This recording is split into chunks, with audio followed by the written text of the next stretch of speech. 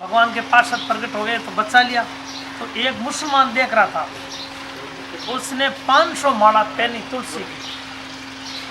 तो बोले भाई कि मासाई आप तो हिंदू है, मुसलमान नहीं, आप तो मुसलमान हैं, हिंदू भी इतनी माला नहीं पहनते। कि हिंदू तो कम पापी है, और जो बड़ी रेल होती है ज़्यादा भारवान करती है, छोटी कम भारवान करती है, तो मैं तो ज़्यादा पापी हूँ, इसलिए 500 माला दान करी। तो तुलसी का पौधा भी घर में होना, तुलसी के बिना ठाकुर जी को भोग भी नहीं लगता है। नमो नमे तुलसी कृष्ण प्रियसी, राधा कृष्ण सेवा पावे यही अभिलाषी। तो तुलसी का पौधा घर में होना। तुलसी देखो, ये कोरोना जैसी महामारी है, तो इससे भी तुलसी बचा लेती है। और दूसरा पौधा है मीठा नीम। जिस घर में मीठा नीम हो, उस घर में राहु केतु और शनि सर नहीं लगता। उससे कड़ी पत्ता भी कहते हैं, कड़ी में डालते हैं अपने, कड़ी पत्ता कहते हैं। तो एक तुलसी का पौधा होना घर में, एक मीठा नीम होना घर में, पौधा होना मीठा नीम का। तीसरा घर में आंवला होना। जैसे गाय में 33 करोड़ देवी देवता विराजते हैं, ऐसे ही आंवला में भी 33 करोड़ देवी देवता है। और जिस घर में आंवला होता है, उस घर में लक्ष्मी का नित्य वास होता है, हमेशा लक्ष्मी रहती है उस घर में, इस तरह लक्ष्मी रहेगी। और चौथा बताया आंकड़ा। आंकड़ा होता नहीं, सफेद आंकड़ा, उसकी 12 वर्ष पूजा करो, वहीं अंदर गणेश जी प्रकट हो जाएंगे। और गणेश जी प्रकट होने से देखो आपकी मनोकामनाएं सब पूर्ण हो जाएगी। आपको राजगादी, कोई एमएलए एमपी बनना चाहिए, कोई कलेक्टर बनना चाहिए बच्चा, तो भी आंकड़े की इतनी बड़ी महिमा बताई है। भगवान शंकर को भी चढ़ता है, तो वहाँ गणेश जी रिद्धि सिद्धियाँ भर जाती है उस घर में। और 5वां है पारिजात का पुष्प। पारिजात अपने समुद्र मंथन हुआ ना, उसमें से पारिजात का 11वां नंबर उस पारिजात पुष्प का है। तो मैं 5 पौधा बताया। पहली पौधा तुलसी का, दूसरा बताया मैंने मीठा नीमड़ा, तीसरा बताया आंवला, और चौथा बताया आंकड़ा, और 5वां पारिजात पुष्प। जिस घर में दरिद्रता का साम्राज्य है, वो 5 पौधा घर में लगा लो। तो तुलसी याद कर लो, एक तो आंवला, आंवला में 33 करोड़ देवी देवता। आंवला का सूप थोड़ा सा जूस पी लेना, कब्जी भी नहीं रहे, खून एकदम साफ हो जाएगा। जो भाई बहन जर्दा और गुटखा खावे नहीं, जर्दा और गुटखा जो भाई बहन खाते हैं ना, भाई लोग नव युवक है, जर्दा गुटखा मुंडा भरूडा रखे, तो अन्य कहीं आंवले को जूस पी लेना, अन्य छोड़ देना, आंवला सेवन करो। नशा है नहीं, नशेबाजी तिक्की छुरी 5 ठोट से खाए, धन सीजे यौन हरे, पद पंचा में जाए, जीवत काटे कालजो और मरिया नर्क ले जाए। तो ये बड़ी खतरनाक चीज़ें हैं। तो आनो बच्चे और आंवलो खाओ घर में, आंवलो लक्ष्मी आई, आंवलो बीमारियां सब मिट जाएगी, आपको एक नई ऊर्जा प्राप्त होगी। तो ये वृक्ष ऐसा है कि मनुष्य और पशु दोनों का ये जीवन आधार है। दोनों इनके यदि नहीं, बस वृक्षों से कितनी आवाज, वृक्ष है तो छाया मिल जाती है, वृक्षों से कितनी ऊर्जा मिलती है अपने को, पर्यावरण शुद्ध होता है, वायु प्रदूषण नहीं होता है, ध्वनि प्रदूषण नहीं होता है। वृक्षों की तो अपार महिमा है। तो अपने घर में मतलब हर आदमी को सोचना कि अपने 5 पौधा लगेंगे, 1-2 अच्छा पारिजात का वृक्ष लगा दो, देवदारू वृक्ष लगा दो, हैं कल्प वृक्ष लगा दो, या फिर आंवला लगा दो, और 5-6 वृक्ष तो घर में होना ही होना। तो इन वृक्षों की इतनी बड़ी महिमा है। और तुलसी है, तुलसी तो हर हिंदू के घर में होनी, तुलसी और गीता। आज तुलसी कोई रखता ही नहीं है, कह रहे तुलसी तो ठाकुर जी मंदिर में होनी, घर में नहीं होनी। लोग अरे इतनी भ्रांतियाँ हैं, तुलसी घर में होनी, और तुलसी होनी, नीम होना घर में। हाँ, कोई लोग पीपल के लिए क्या, पीपल घर में नहीं होना, पीपल बाहर होना। वैसे वृक्षों से कोई वो नहीं है, पर ये चीज़ें सब अच्छी है।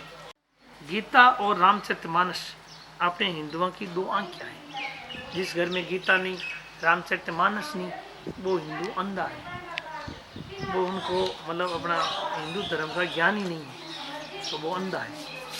आज कई नव युवक है पाश्चात्य संस्कृतियों जुड़ रही है, अपनी जो हिंदू संस्कृति है ये तो है रुद्राक्ष की संस्कृति।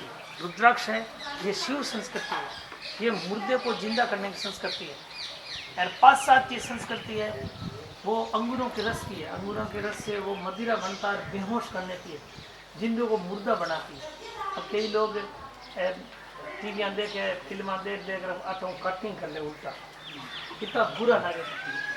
ये वहाँ से अपने हिंदू संस्कृति को छोड़ना कोई निम्न अधमो अधम जाति का जैसे लगता है ऐसा, भले हिंदू है ही नहीं ऐसे। अगर बहुत बुरा, भगवान ने कितना सुंदर चेहरा दिया, कितने अच्छे बाल दिए, उनको सही रखना चाहिए।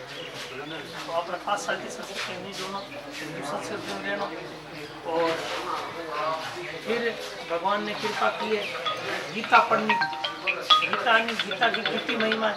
स्वामी राम सूरदास जी महाराज अपने नागौर जिला के बहुत बड़े संत हो गए, पूरे भारत में चमके।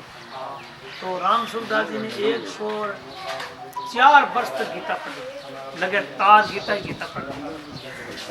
एक आदमी था तो नवयुवक था, कहीं जा रहा था, रास्ते में एक तो सुंदर औरत देखी तो उससे मैं आ जाऊँ, उसने कहा आजा। तो वो हकीकत में औरत नहीं थी, वो चुड़ैल थी। अब उसकी चुड़ैल लग गई तो अब वो उसका शोषण करना शुरू कर दिया चुड़ैल ने। अब वह भी घबरा गया। चुड़ैल बोली किसी को कह दिया तो मैं जान से मार दूँ। अब एक दिन वह सो रहा था, वही सो रही थी पास में, तो बत्ती जल रही थी। उसने कहा बत्ती बुझो। तो उसने हाथ पहुँच गया उसके, तो लंबे हाथ हो गए चुड़ैल के। उसने कहा किसी से कहेगा तो मार दूँगी। अब एक दिन वो कहीं गया दुकान पर, कोई गीता के कागज, गीता के श्लोक कटिंग, कोई श्लोक की जो श्लोक वो उसने कुछ चीज़ें दे दी उसने, तो उसने जेब में डाल दिया। तो उस चुड़ैल ने कहा तेरे जेब में जो भी बात फेंक दी। वो चुड़ैल निकट नहीं आ सकी, वो गीता के श्लोक थे अंदर कागज में। तो उसने सोचा ये निकट नहीं आ सकी, इसका मतलब ये कोई महत्वपूर्ण चीज़ है। तो वो दूर रह के ये जल्दी फेंक, इसको तेरे को मार दूंगी, नहीं फेंकेगा। उसने नहीं फेंका। 5-6 दिन हो गया, वो इंतजार करती रही, उसने नहीं फेंका। उसने देखा कि वास्तव में गीता के श्लोक है। उसी दिन से वो चुड़ैल गई, वो गीता पढ़ना शुरू हो। तो अपने गीता पढ़नी, घर में गीता रखनी, रामचरितमानस रखनी, और धनोपार्जन करना है तो भाई जिसकी हो धनोपार्जन करो। हाथ का मुख राम, हृदय सच्ची प्रीत, दरिया ग्रस्त सादगी आई उत्तम रीत। हाथ से काम, मुख से राम, और हृदय में प्रभु के प्रति सच्ची प्रीत होनी चाहिए। और अपने को संसार में रहना कैसे, जैसे आज जीभ रहे मुँह में, जीभ में आप कितनी घी खिलाओ तो जीभ अच्छी नहीं हुएगी, जीभ में कितनी मिठाइयाँ खिलाओ तो आप मीठी हुए नहीं। विद्यार्थी भैंस को दूध दिए नहीं रात दिन, जब वो आलसी और परमात्मा दिया गया। भैंस के दूध आलस और परमात्मा दिया गया। और गाय का दूध है वो वास्तव में अमृत है। गाय का दूध पीने वाला विद्यार्थी बिना आवाज़ वो 5 बजे 4 बजे उठ सकते। और इसका दूध पीने वाला विद्यार्थी है ना, उनको आप 8 बजे 8 आवाज़ दो।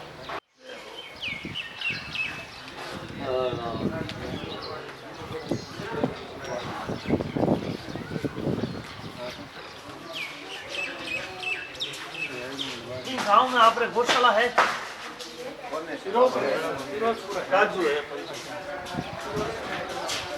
गाँव में एक छोटी मोटी गौशाला था।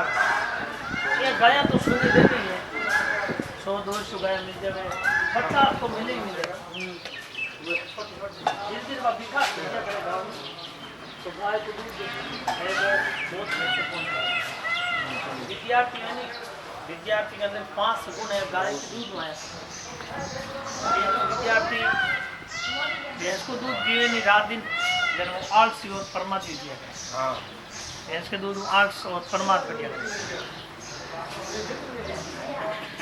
और गाय का दूध है वो वास्तव में अमृत है।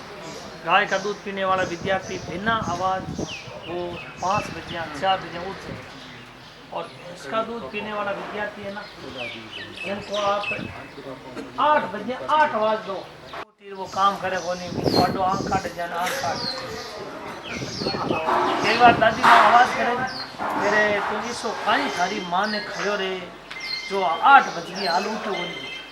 अब टाबर को दोष नहीं है बाप भैंस को दूध पी तो वहाँ से वो आरसी फरमा दीजिए आलसी देने हाँ है मतलब बच्चा ने अगर थाने कोई बनाना है बड़ा आईपीएस बनाना है कोई कलेक्टर बनाना है कोई बड़ा अफसर बनाना अधिकारी बनाना तो गाय को दूध पाओ बच्चा ने।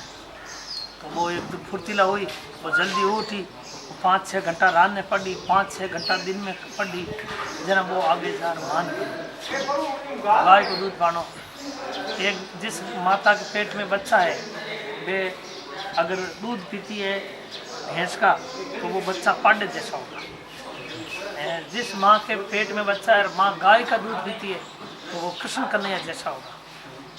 तो इन वास्ते अपने गाय घर में रखनी ये गाय को बच्चा दूध पाओ पुराना जैसी घातक बीमारियाँ भी निकट नहीं आवे एक नई ऊर्जा प्रतिदिन प्राप्त हुए। गाय में सब विटामिन दिया है गाय की। गायाँ रखनी गीता पढ़नी रामचरित मानस पढ़नी और समाज की सेवा करनी। प्रधान जी घनी सेवा करे सब जगह में